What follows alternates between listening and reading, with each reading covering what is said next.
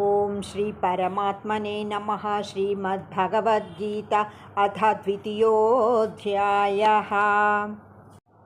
గురూన్ హత్వా హి మహానుభావాన్ శ్రేయో భోక్తుం భైక్షమపీహ లోకే హత్వార్థకామాస్తు గురూనిహైవ భుంజ్యా భోగాన్ రుధిర ప్రదిగ్ధాన్.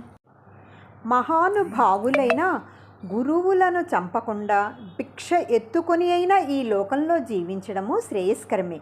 ఎందుకంటే ఈ గురుజనులను చంపి ఆ రక్తముతో తడిసిన రాజ్య సంపదలను భోగాలను మాత్రమే అనుభవించవలసి ఉంటుంది కదా.